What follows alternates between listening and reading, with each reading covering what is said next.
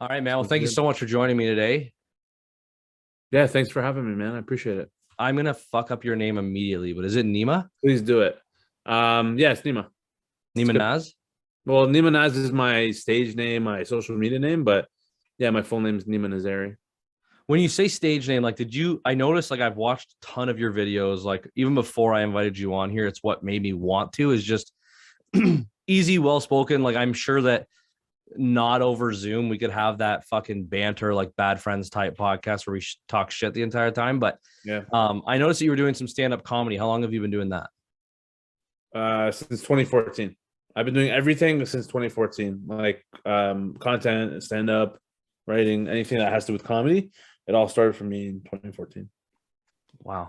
So only within the last year have I like really wanted to start doing stand up and start getting on stage and try and see how fucking bad I bomb. But Oh, I've been fuck. writing out bits for a couple years now. But explain how that first started. Like we talked earlier before we started this podcast about your YouTube channel, how it started just doing skits, getting comfortable on camera, following what other Yeah. people YouTubers do. How did it all start? Like what made you interested in pursuing comedy? Well, I've always kind of been the funny guy in my family or amongst my friends. So I always had a knack for just being funny in general, just naturally.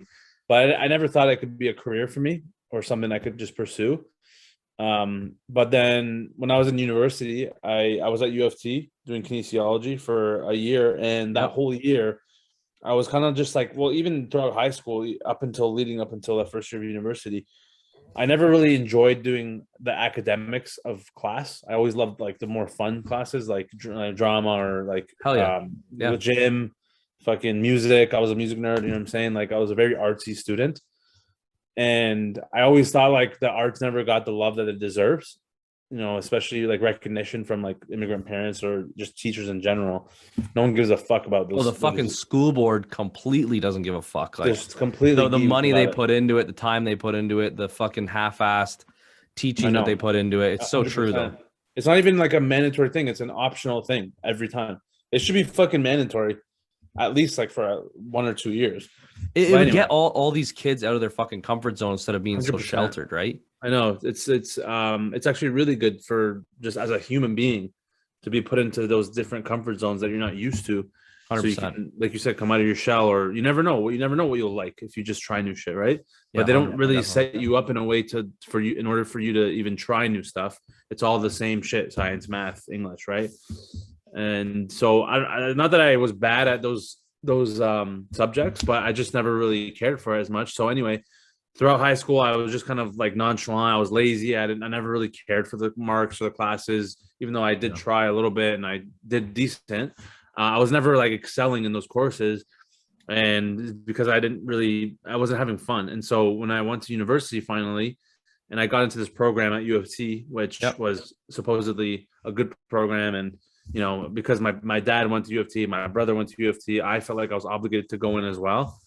Just that it's the pressure of your parents and people around you, right? For sure. And because if you don't go, then that means you're a failure. That's automatically what the fuck that means in an immigrant household, at least. And so Fucking tough. so I get in, and it's like all lectures, right? It's all just fucking massive lectures with one professor talking about some subject for 3 hours with 300 people in the fucking auditorium. And I'm like, I can't learn this way. I realized early, like, man, I'm completely OCD. Like I'm ADHD. I'm not focusing properly because I can't just like watch someone talk and learn about it. I have to do something. Yeah. Speaking And my language so for that sure. whole year was completely like, I don't know. It just kind of flew by, and it was a blur, and I just kind of got by. But then what I realized was from the very beginning of that year until the end, before I dropped out in the summer, I was really heavy into like comedy. I was really heavy like watching YouTube videos, watching comedians, accents, impressions, everything. And I was hooked on this shit, and I was like, man, I wish I could do this. And then pretty much I dropped out of a university in the summertime because I found out that there's a comedy program at Humber, and Nice. it was like a whole thing. But I found out about it. I auditioned to get in. I got in, and then like the rest is history, pretty much. Like it It's an just kind of audition happened. process. It is, yeah. You have to audition. Um, And the thing is, I dropped out of university without even getting into the program. And like I had to wait 6 months before I Dude, but auditioned. like those are the stories you hear about later on in life. You know what I mean? Like it's Mm. not no, it's not like every person who made it big didn't take a fucking risk, right? Like you Yeah, gotta you can't play it safe. if you have the passion, like you do right now, like you do it all day, every day. Like you Yeah, obviously love what you're doing. So, you you have know, to live it's it. You have to yeah, live it, and like you have to live and breathe and fucking die comedy or whatever it is you're passionate about. And that's how I've been from the beginning. Like as soon as I found out that there was this comedy program, I was like, I'm ready to drop everything to do this. And I just like intuitively somehow I had a feeling that this was the right decision to make. And it was a big risk at the time because if I dropped out, there's no going back for me, right? So I didn't have a plan B. I just had the fucking only plan was to just do comedy, right? Because that's all I loved. That's all I cared yeah, about. And that's so I fair. took that risk of dropping out and then waiting 6 months just to audition. I still couldn't have got in. But then I did really well and I believed in myself and I got in literally within 3 days. They called me like I was one of the first people to get into the program. So For you. I just had no, I just kind of like had that natural like feeling and the knack of like just I knew I could be funny at least. And a comedian was like I don't. It was like the last thing on my mind until that year, pretty much. And then now I'm here. Like I've been literally every day I've been fucking grinding at this shit, and it's been tough, but it's been so worth it. Good. As hard as it's been, and as much failures as I've had, the successes are way more worth it when you go through all this shit. Did you have like as you don't have to answer this if you don't want to. Did you have like a fucking mental breakdown or anything crazy happen for you to just be like, fuck this? I'm pursuing what makes me happy. Like, I don't know why. Like most people have that fucking sit there one day and say, oh, I don't want to fucking sit at a desk and eat toaster strudel every fucking day. I want to do something more, but they Yeah, never fucking do it. It usually takes something big in their life. Like yeah. personally, and it doesn't matter. I don't want to talk about it, but like No, dad I hear you. passed a couple years Oh, ago. It was the year of COVID of sitting on my ass, fuck. thinking in my head 24 hours, 7 days a week. Like, what the fuck Am am I I gonna? doing? To Yeah. start a podcast, to start trying to be more on social media because I do want to do comedy eventually. This just Mm. gets me to start that zone out of Yeah, yeah. out of my comfort zone, right? That's But good. did anything really like lose your fucking mind to be like, you know what, this is what I want to do, and I don't give a fuck, make or break, I'm going. Yeah. First of all, sorry for your loss, man. That's No worries, that man. must be tough, man. But I make jokes about it now, so that's good. that's the best way, bro. I know how it feels. Morbid as fuck. Yeah, for sure. That's where the best comedy comes from, though. So true. Um, yeah, man. Like nothing crazy, really, but honestly, it's really petty. But I was so sick and tired of like taking public transit, like a 9 to 5er. Like that was one of the main reasons. I was like, there's no way I'm doing this the rest of my life.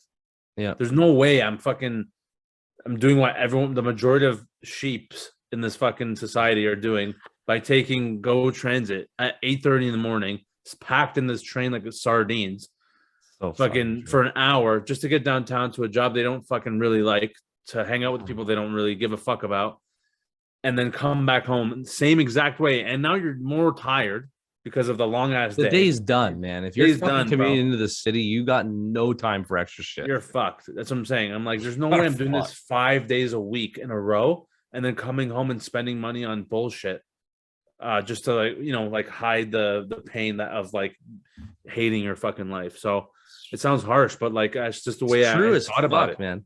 That's the way I thought about it. I was like, there's no, I really, I couldn't see myself doing anything else. I had to do what I wanted to do in that moment. I don't know where the inspiration came from, really. Like, there wasn't any like a specific one main thing, but it was just like a collection of different things over the years of me realizing like I just have to. I've been doing things other people want me to do my whole life, so I have to do this for myself for once, and it's the best fucking decision I've ever made, and I wouldn't take it back for anything. So Dude, I like as you say, that just makes me think of something. Like when you say like you always been doing shit that other people want you to fucking do, that yeah. just preach, dude. Like I've been fucking canceling people, like throwing out used fucking socks in the past couple years. Like just people that like if you have friends or family, whatever it is, that just can't see what your They don't goal get it. is and it doesn't affect them at all.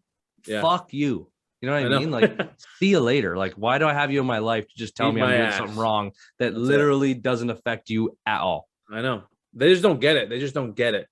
Like even my own closest friends or family, they don't get it. And they didn't get it at first, even a few years in, even up until now, pretty much. Like not like finally now everyone's like, oh, okay, well now we get it. Like we know what you're doing.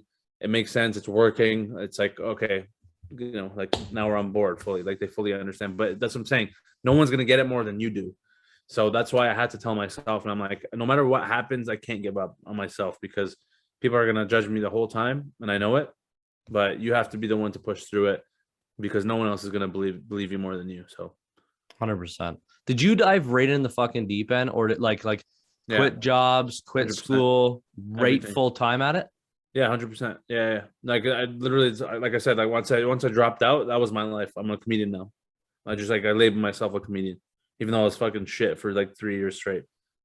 But like, how else are you gonna get good without fucking trying, right? Oh, You gotta fuck, try dude. shit.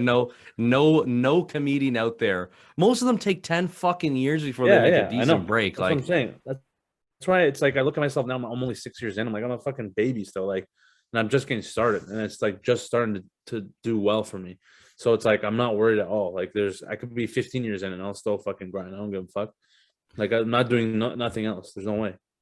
I can't imagine, like, I deal with enough fucking ridicule and it's so little, such a small scale because I still work. I love my job. Like, don't get me wrong. Like, I'm a What do you traveling do? sales guy. I travel for sales out of Cambridge, Ontario. So I Hmm. travel across all of Ontario, Nice. mostly Toronto, Barrie way. But I uh, I love my job, thank God, and it gives me the freedom to do stuff like this. But I would still get ridiculed because I spend money on gear, I spend money on equipment, I spend a lot of time on my phone. Like, I was never the person, trust me, like I am not the person that wants to go to a fun event or go fucking have drinks with the boys up in Quebec and like rent a cottage and shit and fucking videotape everything throughout the time. But I got so used to the engagement you get with showing people more than just what you see in this hour of me being on this fucking screen that I realized, like, now it's just second nature. Like when I tell my friends, like, I'm still in the fucking moment. Do you notice that now when I take videos, I don't look at my phone fucking once. I take the video, I stop, I throw it in my fucking pocket, and then Yeah, I'll throw it up on social media in 4 fucking days. They don't need to know that I was here today. Like, exactly. and I'm not Exactly. even big. Like I got 10,000 fucking people on Instagram. Like I'm Good so man. fucking small. But I can see my point was, and I fucking ramble like this all the time. But That's my good. point was is I get ridiculed and I didn't even fucking do the full leap yet into relying on Yeah, this yeah. I know. to support me. So Right. I can't imagine the fucking shit you went through for that. Yeah, I know. Yeah, 100%, man. Like everywhere you go, it's like, oh, are you sure this is good? Are you sure you can do this? Or how are you gonna make money? Or how do you make money? Or you should have a plan B. Oh, you should do this. You should do that. Everywhere you went, I'm like, nah. I blacked out everybody. I was like, nah. Like, fuck you. I just No like one no one I take in researches your people's yeah. Like I listen to what people say, but I don't listen in a way of like, oh, thanks. Yeah, I'm gonna do that. I just listen to see what people are saying, but I ultimately listen to myself more than anything. I look at other people's judgments and I make my own decisions. But yeah. that's the way you have to do it. You can't fucking give in to what people are saying because like they don't understand your vision more than you either. They don't So research they'll it give you or yeah. live it every fucking day. I know that's what I'm saying. It's like that's what I'm saying. They don't get it. Even no matter how big you get, they just won't get it. Yeah. So What you have what to is do. your overall like main goal? Like obviously to blow up in some sort of way so that you can put more time and effort into this and get bigger resources and fund all the big projects you want to do. But if money wasn't the option and growing and being an influencer or more than you are now, um, would be like a stand-up comedian, an improv, an actor, or just like Dobrik, where you vlog your life and you're a sensation on YouTube. Like, what's your biggest goal if you could have it one way? For sure, stand up. Hell yeah, Nothing better than stand up, man. no, I love it. Like it's so fun every time I get on stage. That rush you get from people's laughs is not, you can't even explain the feeling. It's nothing's better than that, to be honest. And I've done a lot of different shit. I've done improv, I've done sketch comedy, like I've done all that a lot. and nothing gives me more satisfaction than doing stand-up on stage in front of live audience. That's where I will be able to relate to you, not in the way that I've done it yet. Like I have not done it, but it's one of those things that legitimately, like I think about this podcast a lot. Don't get me wrong. I love it. It's a way for me to advertise myself and explain who I am and have fucked up conversations with people. But I really do want to do stand-up, and I listen to fucking 9 hours of stand-up podcasts a day, listening to literally like I'm on the road. I'm on the road like 9 hours a day, and I'm listening non-fucking stop. Holy fuck, that's like pretty good, man. Bad Friends, fucking Two Bears, One Cave, Your Mom's House, nice. Rogan, fucking Whiskey Ginger, like all those guys. Like, nice. I fucking love. I love the laugh. You know what I mean? Like, obviously, you know what I fucking mean. What a stupid, meaky question. But sitting in a fucking room with all your buddies, and you can just sit there and fucking rip every one of them apart. Yeah, easily. With no fucking care in the world for how they feel personally. 100%. It's like, yeah, fuck you, fuck your family, everyone. I'm gonna fucking everyone is up for grabs. Everything's that's the best feeling, man. Yeah, just being amongst different people like you, who you could just be like completely yourself and know that they're not gonna be offended at shit. It's the best fucking feeling in the world. So fucking well put. Yeah, being around people that aren't gonna fucking cancel you or be super offended because they sour about it. Yeah, no, it's a fucking joke. Yeah, it's like very hard to come by. I'd say even now, but when you have that, it's like golden. Have you had that doing stand up? What? Someone get fucking pissed? Oh yeah. Like I haven't had anyone walk out on me or like throw shit at me or anything like I've seen like many other comedians I know, because my stuff's not that offensive really, like on stage.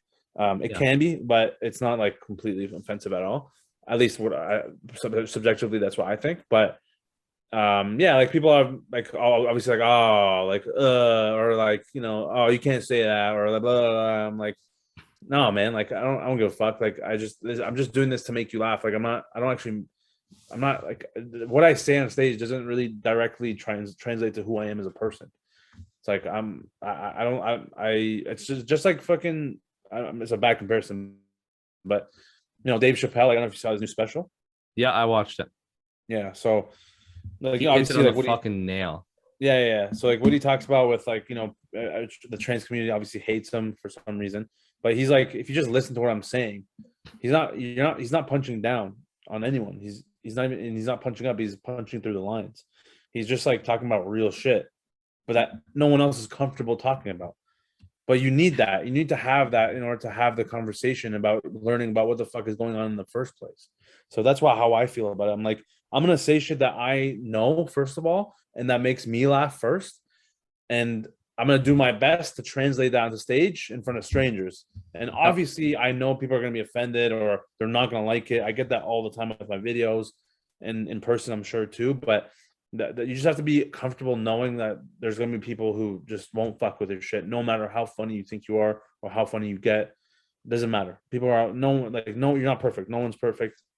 People hate Dave Chappelle. So it's like, yeah, fuck those people. Like, yeah, fuck. It's like, yeah, you're fucking idiots, but like, whatever. Dude, that the worst type of people in the world are the people that show up to a comedy show and get offended. Like, why the fuck are you here? Yeah, why the fuck are you here? You knew it's like walking into traffic, getting hit by a car, and being like, "Why the fuck did you hit me?" Like, you put yourself here, jackass. That's what I'm saying. It's like and it's the same thing. Like people going to fucking Krispy Kreme, eating a dozen donuts, wondering why they have diabetes. Like, don't fucking eat the donut. Put that shit down. Oh fuck! I look back into your Instagram quite fucking far, and like, you've put in some fucking work with that workout, eh? Oh yeah, man. Yeah, a little bit.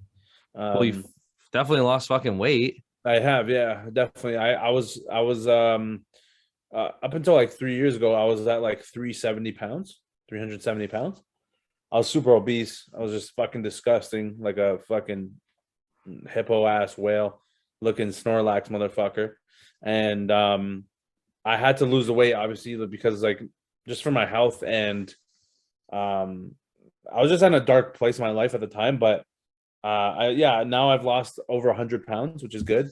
For you. And I gained some back, but it's like healthy weight, and like I'm actually the healthiest I've ever been now, even though I was skinnier before at some point. But yeah, it's just a long process, man. Like I've been like I've had struggles with my weight my whole life, and I always did it wrong. I always like tried to fix it like quickly or like with diets and shit like that. But now I'm on a lifestyle where like the past year and a half, where it's just like I'm steadily losing weight, but also gaining muscle, and I feel the best I've ever felt. And I wouldn't, yeah, it's like finally shit's working out, you know. You can be at your goal weight and feel like a bag of rocks because you eat like shit. Like I've got some I buddies know that are that's what I'm saying. like 180 pounds holding on to a sack of bricks, and they eat fucking McDonald's Yeah, terrible. fucking eight How do times a week. you feel like fucking ass Yeah. every day? No way. Yeah. Yeah. So good for you, man. That takes a lot of fucking work, dude. It I does. have started a new diet every Monday for the past 4 years. I'm thinking the one I started yesterday is starting to fucking work. But Really? fuck What have you diets. been doing? Well, no, like I actually did start a new one like 2.5 weeks ago. I was a big like dive in the fucking deep end until I was so worn out that I was fucking sick of it, and I'd go Yeah, crank like and then you binge. exactly. And You then I just got so fucking sick. obliterate junk food Oh fuck, dude! Like at least 10 nuggets, couple easily. burgers. McDonald's Easily. was my shit. Chips, And then pop. chips, dude. When I first started dieting, I went to look for a healthy bag of chips, and fuck if you're finding that. Fuck Like that. You're done, bro. You're getting triggered easily. some dickhead at the grocery store recommended fucking dried out apples, and I'll give it a fucking Yeah, I'd shot. rather fucking lick my dog's ass than eat dried apples. Yeah, The exactly. fuck are you Fucking talking about? garbage. Yeah. So like 2 weeks ago, I started a new I'm not calling it a diet because it's not some I used to do like the keto thing and all these stupid fucking fads. And then this time I was just like, you know what? I'm on the road nonstop. I eat out probably 4 times a fucking week. I don't Wow. walk, I don't Damn. exercise, and I don't do anything to change it. I drink a fucking large iced coffee in the morning with a bagel Oh fuck. consistently. Yeah, exactly. Oh man. So then I was just like, you know what? I just need to like it's all moderation is a big thing I've always heard in training, not dieting. So I got rid of the iced coffees in the morning. I got rid of the bagels in the morning. I eat like a fucking one of those wafer rice cakes with some peanut butter in the morning. I have like water. I drink a fuck ton of water nonstop because that's pretty much the only thing you can Bruh. fucking drink without it hurting you. And It's not then bad. I mean, lean like, chicken, rice. I make like lean stews, and I try not to eat out. that's the main part where you first of all what I can tell you from what's helping me right now after all these years, and like it's really changed my life, is well, the first thing is processed foods, cut that shit out. Like Yeah. no matter what it is, like the most important thing is the quality of the meat you're eating more than anything. It's like all this like feedlot meat and processed meats, it's like absolutely garbage for everybody. That's why we eat like high quality grass fed meats now, grass fed beef, like free range, like farm raised like shit, right? And I'm telling you, it makes a huge difference. That's like the key. And also fasting, man. Intermittent. Oh, sorry, excuse me. Like not eating until noon, stopping at 8. Intermittent fasting is like the key to all this, man. Like it's really helped change my life and like really helped cure my food addiction. It's definitely immensely helped a lot. I fucking used to smoke. Have you ever smoked? No. I used to smoke cigarettes, and I compare that addiction to me trying to fucking fast till noon. I tried so fucking hard, man. I probably got 2 days in. I'll do it again. Like I'll definitely try it now that you've said that, because Yeah, I've you can definitely do heard it. that that's incredible. But it's probably like that hump. You know what I mean? Like the cigarette hump. It I've is. quit So now it for is. a while, but that No, you just hump. gotta do it. Trust me, you gotta do it, man. You're making excuses otherwise. I trust me. I've been Everything there, is an man. excuse. I know everything's a fucking excuse. That's Fucking what I'm saying. definition of a procrastinator. Yeah, well, that's the thing. You gotta have someone to call you out on that, because that happened to me, and I had to accept the reality that I'm a fucking lazy bum, and I was being weak minded. That I was like, nah, I can't fast. I can't fast till fucking noon. Now I'm at a point where I fucking do at least 20-hour fasts, and I'm like completely fine. Right now, I haven't eaten shit since yesterday, 6 p.m. I'm gonna eat dinner at 6. 24 hours. How about that? Eat my dick. I've You know eaten what I'm saying? 4 fucking times today. So I'm saying, bro, like it's possible, and that's coming from me. I was definitely, definitely. I'm assuming I had way more issues with food than you have, and I was way bigger too. And so it's like if I could do it, anyone could fucking do it. You know what I'm saying? It's just it's just all your mind, man. It's mind over matter. It's you have to just kind of like understand why you're doing it. That's you got to ask yourself why. That's when it'll be easy for you to make the decisions. And that's it, man. I'm telling you, it'll change your life if you just implement it into your life. And yeah, start off 16 hours, man. 16-hour minimum fast. That's all you need. You need to write a fucking self-help book. Well, One I that just kind of shits on you throughout the whole thing. I know, right? Like, Yeah. get out of bed, you fat fuck. You fat fucking bitch. That's it. Get your fucking long titties out of your fucking bed and get up and go for a walk. Trying to do a jumping jack without hitting yourself in the face with your tit today, you That's fucking it. sack You of fat meat. pig, fucking Snorlax bitch.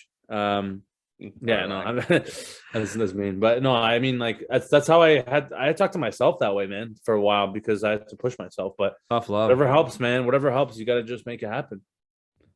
Fucking A, that was a fucking detour. That's hilarious. Comedy podcast talking about fucking losing weight. That's amazing. That's King it, man. motivation over here with Neema. That's it, man. I'm all about, man. I'm way more serious than people think in my life. People think I'm just some goofy clown because I do videos on the internet and I'm a comedian, but like I'd say majority of my life is actually serious. Like I take shit seriously because I wouldn't be able to do the shit I'm doing that you're seeing if I wasn't taking myself seriously. It's not sustainable otherwise long term. So this is the foundation. I definitely hear that, dude. Like I've had friends that I meet and I've known them for maybe a couple of weeks and they only ever see me like goofing off, talking shit, being a belligerent, loud asshole. And then they just like I've had some of them where they're like hesitant to have me at their house. Like they're like, my wife's gonna think you're fucking crazy. And then I like come over and I stop being that stupid clowny jackass. And they're like, holy fuck, dude, you're like a regular person. I'm like, yeah. Trust me, man. When I'm not going for the joke, I can be a normal fucking person. I know, right? And also what I realize is if you don't take yourself seriously, like how do you expect to be 100% as a performer or whatever you're doing on camera if you the person isn't at 100%?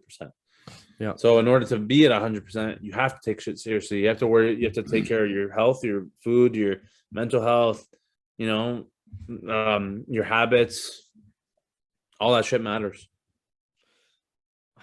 To jump out of like, you're 100% right, because you see like some of the top performers in the world, they're not out of shape. Everything you see them do outside of their like main profession is all related to bettering their life. Exactly. Like Kevin Hart. Yeah, that guy's a bad motherfucker. I don't know fucking how beast, man. But he goes. Yeah. But that's what I'm saying. No one's touching that guy. He's at the top. Oh, 100%. No one's even close to what he's doing. In terms of work ethic, like no one's. In terms of work ethic and size of growth, like comedian wise, I'd say Dave Chappelle's right there, or above him as a comedian. No. But as a brand and as a brand, he's in fucking 4 movies a year. He's constantly working out. He's promoting fucking 9 different companies and brands and iHeartRadio and or Sirius XM. He's a fucking business mogul, man. Wow, he's a fucking machine. That's what you gotta do, man. You can't just think of yourself as a comedian. You gotta think of yourself as like a businessman or like an entrepreneur. Like it's gotta be everything. Especially you gotta be like a local small business that lets people use the fucking bathroom when they need to use the fucking bathroom. Exactly, man. Instead of fucking letting me shit my pants before fucking getting on with my day. Just last thing before we finish this up. I can't fucking believe we've been talking for 55 minutes. It's been 50 minutes? 55 minutes already. No, it hasn't. Oh, maybe that's just like the total time. That's not recorded. No, that's not recorded. Yeah, it's only been half an hour. Holy fuck, dude! I was about to lose my mind. I was like, holy shit. No, yeah. Last thing before I go at 30 minutes. Thank God I'm a fucking professional. I've done this before. Are you at the point now where you are hosting your own comedy nights, or are you still doing open mics? Like, where are you at with the comedy thing? Well, because of COVID, I couldn't really do much. It's true. Especially with open mics. All open mics were fucking gone. But now I'm at a point where I blew up the most during the pandemic. So it's like completely shifted now, like my whole like vision on everything. It's like I feel like the stand-up scene isn't the same as it used to be, obviously because of COVID and like all the shows fucked up and everything like that. Um, but even me, I'm at a totally different place than I was before the pandemic, and so now I'm at a point where I have like it's weird. It's a weird phase because I have like a decent amount of following. I'm not huge yet, but I'm also not small. Yeah, 100%. Compared to like the regular comedian, right? It's like exactly. Not even as a comedian. Compared to this, compared to fucking peasants like you know what I'm saying? Like exactly this fucking rat over here. You fucking rat bitch.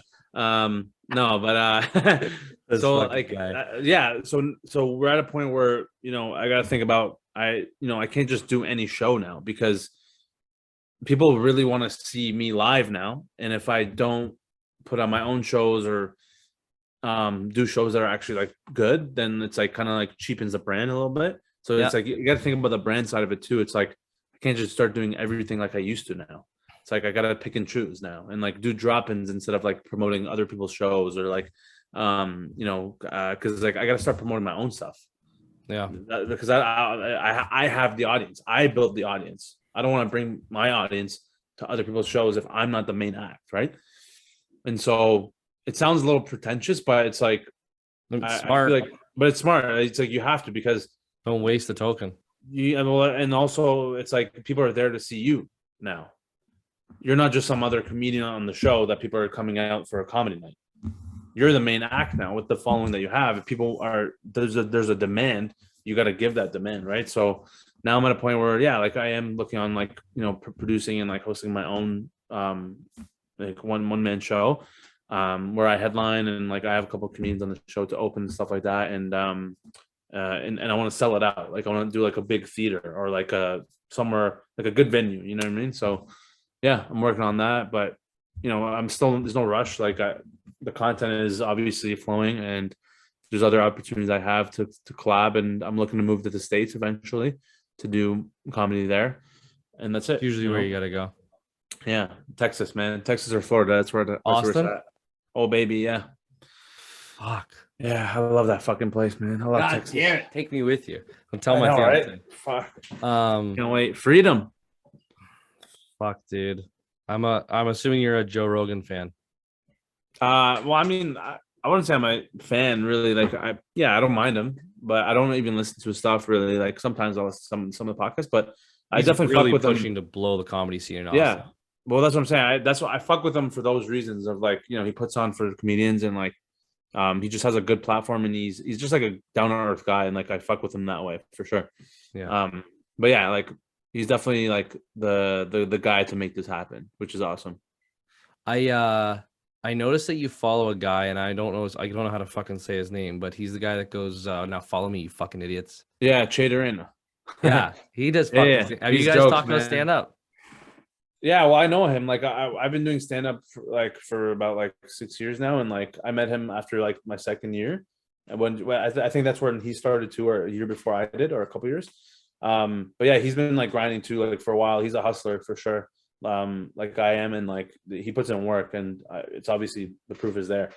Yeah, he's dope. He's always been really funny too. Like he's consistently funny, like a lot more than a lot of comedians I know. Yeah, no, it's good. Like that's where it's just like you see a lot of these big comedians, and like I follow like Bert Kreischer and Segura and Santino and all these fucking comedians that hang out and always collab together. And it's almost like as if you can get a good group of fucking funny fucking people, yeah, and collaborate and do each other's shit as long as they're successful on their own. Obviously, you're not fucking dragging someone dead fucking weight around. No, yeah, you can't. But yeah, if you're surrounded by good people, funny fucking people, and people that are going to boost you up, it's got to help the brand. Yeah, 100%. But it's also important to work with people who are also on the same wavelength as you too, like in their personal lives, because that shit matters way more, in my opinion. Because if you're working with someone who's just funny, that's not going to get you anywhere. They need to be fucking like they need to be like well grounded in their personal life, like with their habits, with their food, with their exercise, everything. Drugs. Drugs. That's what I'm saying. Like, you know what I mean? Yeah, it's like you can't have someone who's just like fucking off the rocker doing fucking next level drugs And like they're just like they miss meetings or they're late, stuff like that. Shit's like really important to me at least. No, dude, I You, fucking hear it. you gotta really set the boundaries at the beginning, and but that's the thing, man. Like I've had a lot of people let me down, and that's what happens in this world, like in this industry. Like a lot of people will let you down because they don't take it as seriously as they claim they do, and it's unfortunate because they're good people and they're actually like cool and they're funny, whatever, but they just don't have their shit together at the time that you do, and so you have no choice but to like kind of part ways or distance yourself. Yeah. But like it's for the best, man. You got to be selfish at times in order for you to be successful. Like it's like that shit's gonna happen more and more. The bigger you get, too, people are gonna like be more jealous. They're gonna try to take you down or talk shit, or that shit's gonna happen, and it's inevitable. You just have to keep yourself level headed and just keep plowing through. And as long as you have your vision and your why, that's all that matters. Well, good for you, dude. It does seem like you have like a fucking a level head on your shoulders. If I'm saying that, I fuck up every saying. Same. I have no idea what any expression means. Perfect. Then Yeah. I'll just keep saying them, and then you just nod. I get it. I get it. Yeah. No, but it does seem like you've got it down to like this is your business, this is your baby, this is your fucking life. Like you either find people that are going to succeed with you or not. Yeah. Or not. And yeah, you definitely can't be fucking relying on people, especially if they don't bring anything to the table. Yeah, 100%. 100%. But one thing, you got banned off TikTok, did you not? Did you not get permanently banned off an account?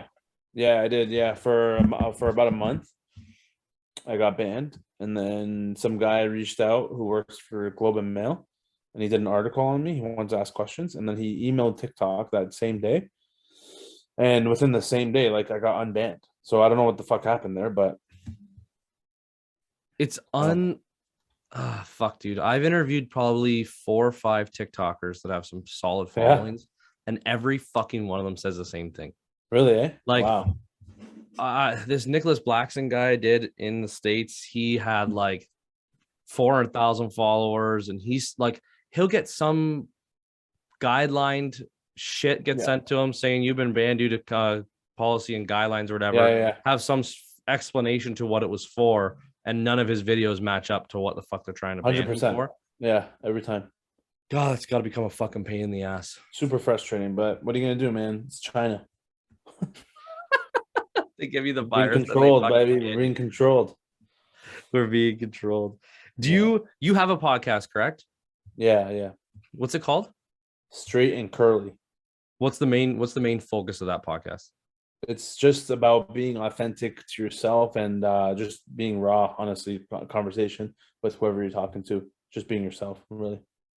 Do you listen to podcasts? Sometimes. Do you have like a favorite like comedian or podcast that you like to follow? Oh, you mean like other people's podcasts? Yeah. I used to really listen to Chris D'Elia's podcast. Congratulations. Yeah, it was like one of my favorites. And then I don't know. After you got fucking canceled, it kind of like I don't know. I just stopped listening to podcasts in general after that. But yeah, I mean, like comedian that you enjoyed too, obviously. Oh yeah. You looked up to? I thought he was really funny, like one of my favorites, to be honest. And then I don't know. You just kind of like it kind of falls off sometimes, or you just kind of move on. I find new people, like Andrew Schultz is like my favorite comedian right now. Nice. I love his podcast too. I watch his stuff. And then what else is there? Joe Rogan, sometimes I watch his stuff. His are so fucking long. It's long. Yeah, that's what I'm saying. Like you gotta like really fucking have the time to listen to it. Like you have to listen to it in parts. There's no way. But yeah, it's like I just kind of listen to whatever's there. I more so watch videos of comedy rather than podcasts. Yeah. So yeah. I've always heard that like people tailor their comedy and their acts and their stand-up to a specific comedian when they first start, someone that they've looked at or looked up to the entire time they've done it. Do you think that you ever had that? I know that whenever I try and start telling jokes, my friends always tell me that I'm coming across like fucking Tom Segura. Maybe it's just because I watch. Kind of remind me of him actually a little bit. Wow. I take that as a compliment. Yeah. When my friends say, I'm like, go fuck yourself. I'm Greg Hart. No, he's funny. I like his podcast with Bert Kreischer is fucking jokes. Oh, you should have fucked up his name. We might have got featured on the podcast. If you watch his podcast, oh really? Bert, people constantly fuck up his name on live television. Really?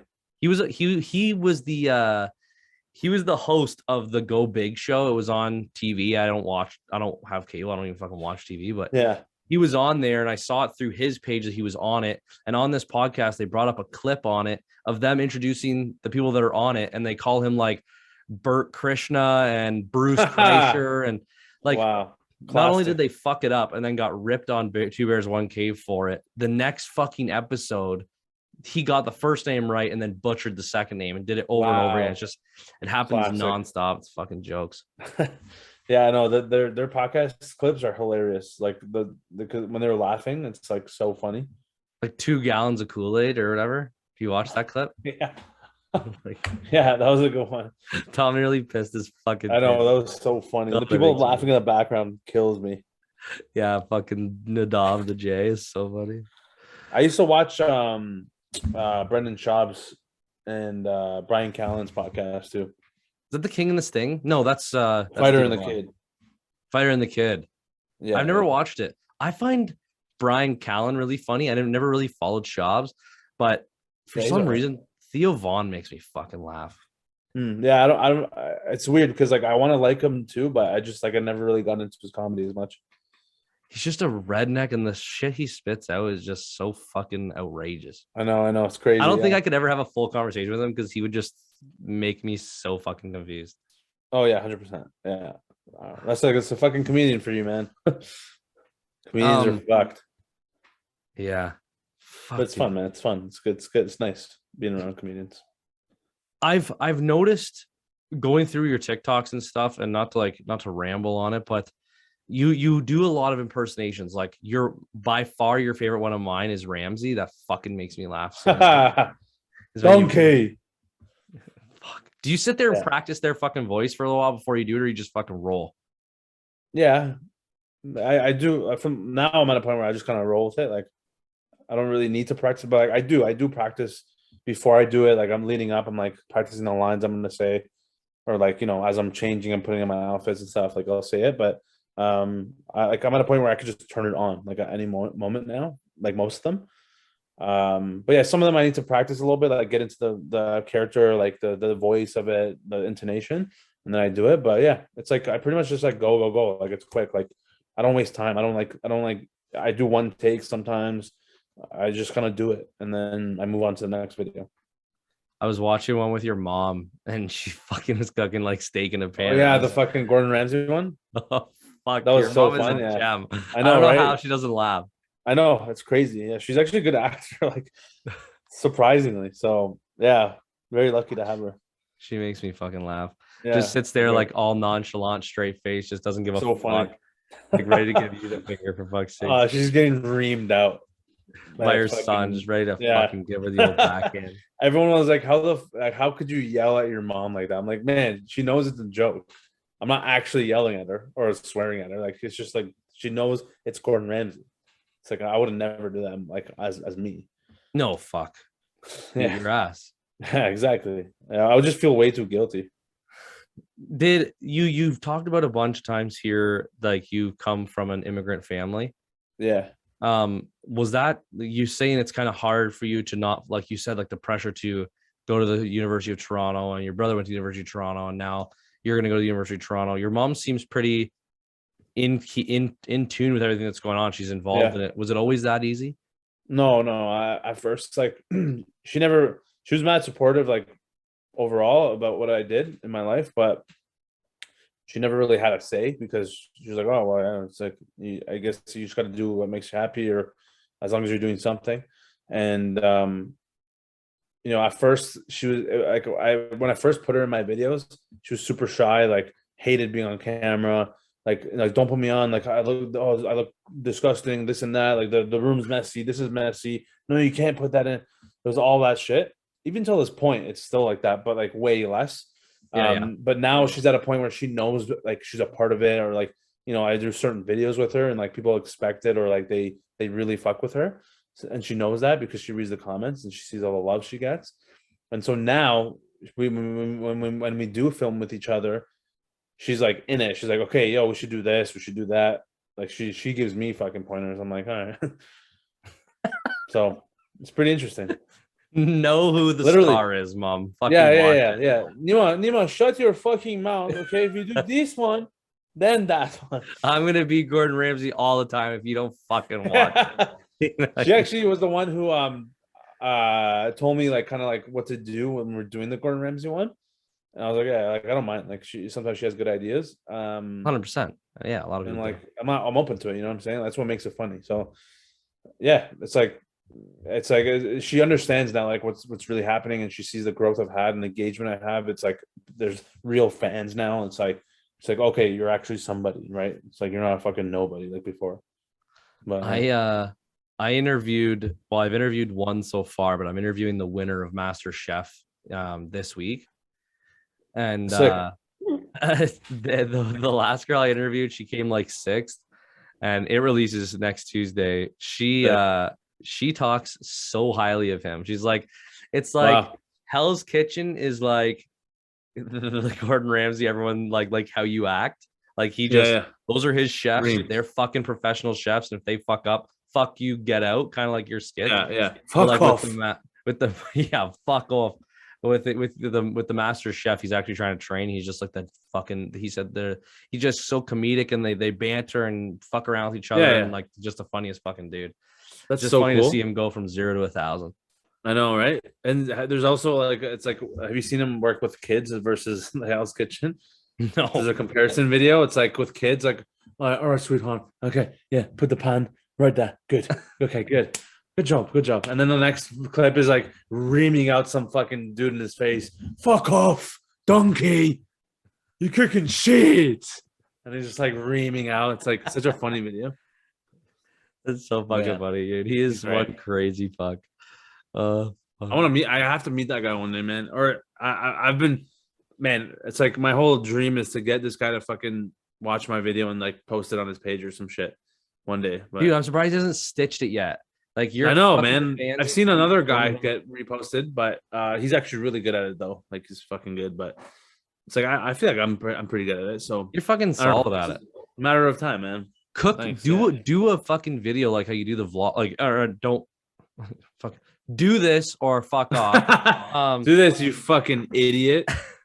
If you did a video like how you have like the vlog set up, and you did an actual cooking video, like if you can cook anything like authentic or fucking decent, cook one, because he fucking rips people that fucking. I know. Like, he'll stitch you and just shit on your meal. It's a good idea, because I've seen a lot of his stitches on TikTok of like people cooking stuff, like, and they say that they Gordon Ramsay, check this out. And it's like terrible, and he obviously roasts it. I think it'll be funny if I do it as Gordon Ramsay. Yeah, do it or fucking stitch someone else that called out Gordon Ramsay, just shit on them. Yeah. Okay, that's a good idea. Yeah, I'm gonna do that. Just fucking shit on them. I love it when people have suggestions. Sometimes, it works out. Oh fuck, man! I wish. Well, Gary Vee at least fucking saw my video, so that's all that matters.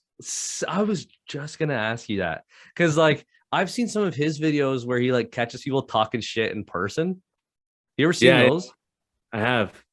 And it's just so fucking funny. Like, because when you act like him, you don't realize some of the shit that he says nonstop until you watch your videos and realize the like uppity fucking everything is down to the shit that he says. So he fucking watched your video. Well, he commented like 3 times. He also liked the video that someone else reposted on Twitter that blew up. And he's like, he commented on that too. I was like, fuck yeah, he definitely seen it. Like, oh fuck, he was laughing too. Like, he was like, oh man, like he quoted what I said in the video too. I'm like, okay, he obviously watched it.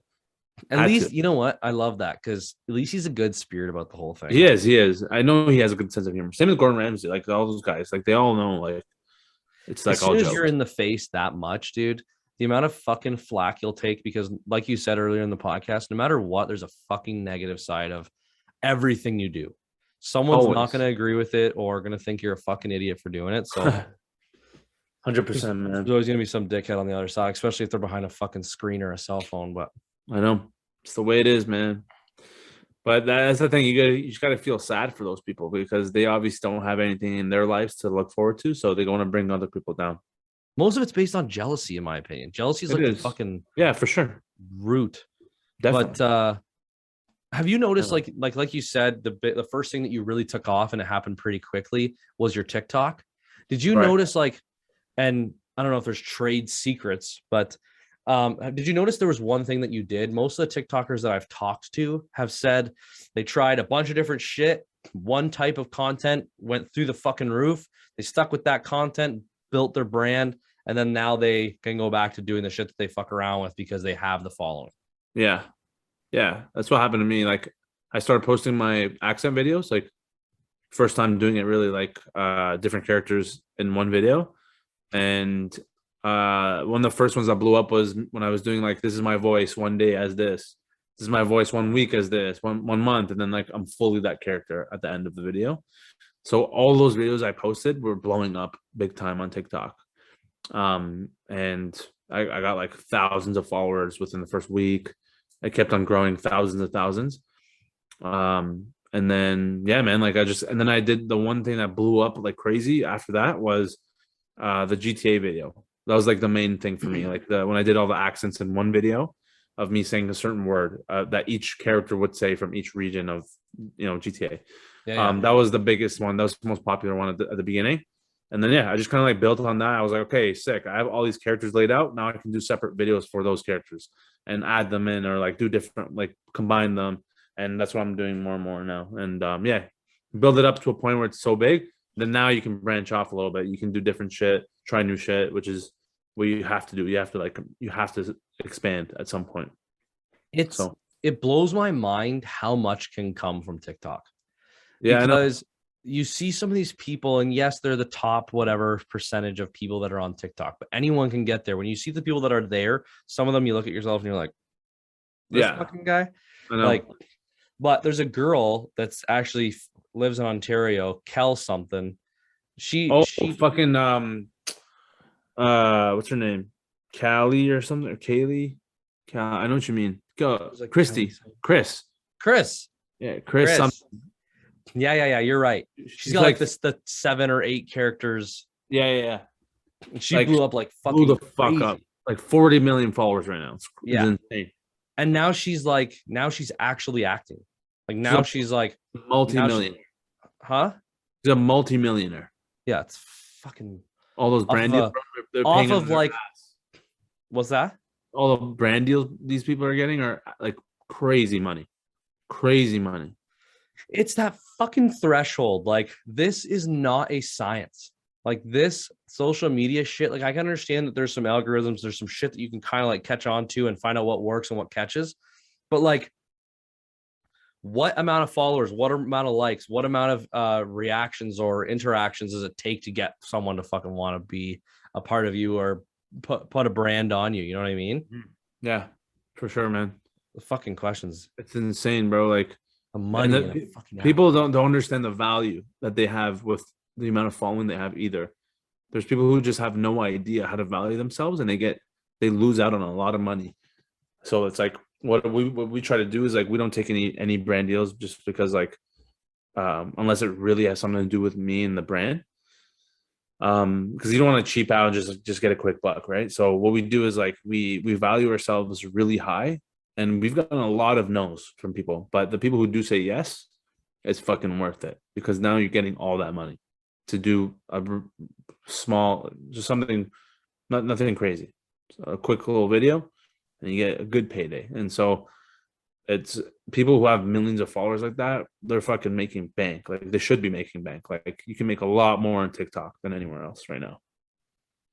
It just fucking is unfathomable, man. Like, when that app first came out, dude, when it first came out, I didn't even download it. I was just like, man, this is some fucking kids dancing fucking app. I don't want to watch kids dance all fucking day. Now it's the highest paying fucking app.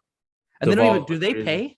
No, not directly. Like, I think they do with their highest creators, but I don't know. Not really.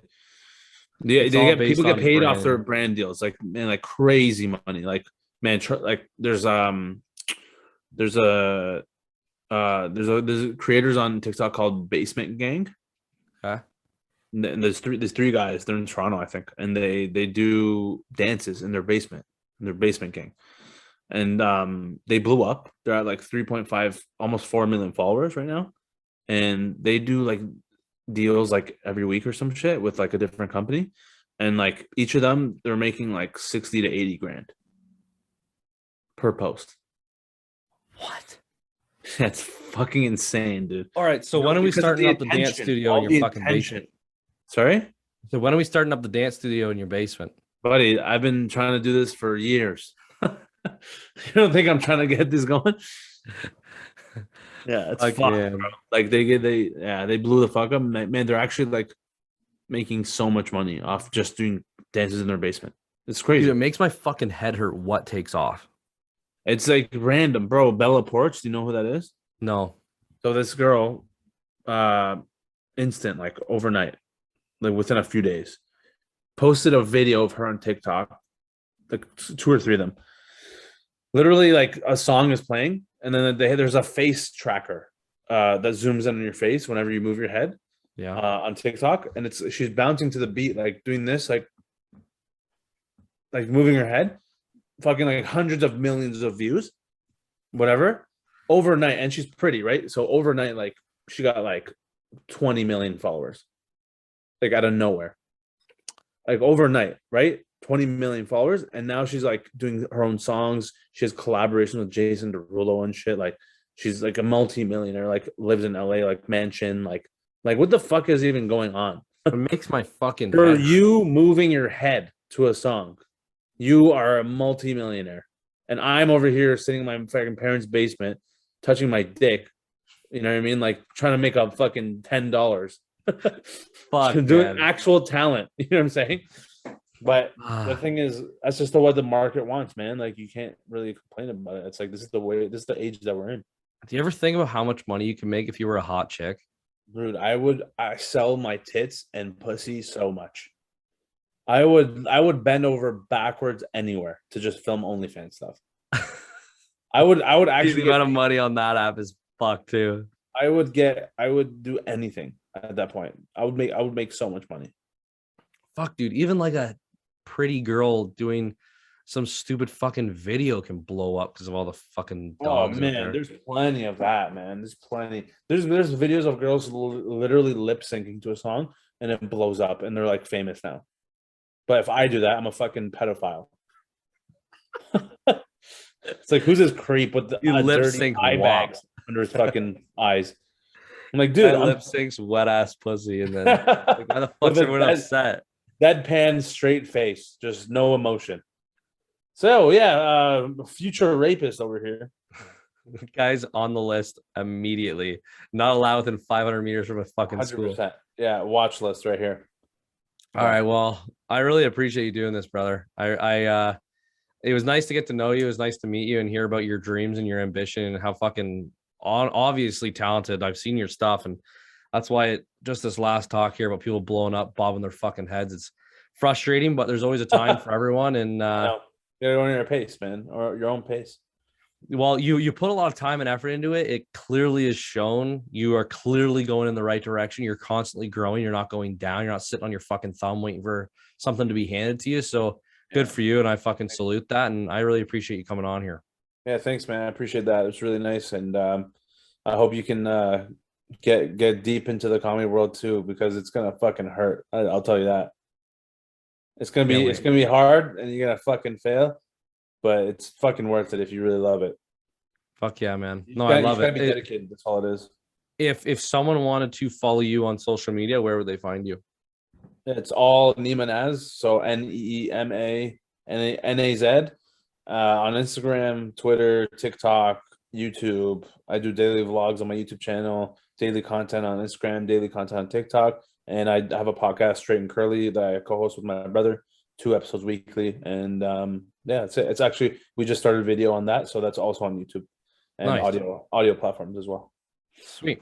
Well, if anyone is listening, they've never heard of Neema and they've never seen his content, definitely go check out his Instagram. At least go check out his TikTok and see all of his videos, his impressions, his comedy. His stand-up is on his Instagram too, where he roasts some fucking yoked Asians. So I recommend going to check out his stuff for sure. And I really appreciate your time, man. Time is valuable, and for you to sit down with a fucking nobody, it was nice to chat. Oh man, I appreciate it. Yeah, no, it means a lot, and I'm always willing to speak my mind and talk comedy, man. So thank you. Works for me, man. Thanks a lot. I'll see you on OnlyFans too. Yeah, wait to see my pale ass. Love it. All right, buddy. See ya. There.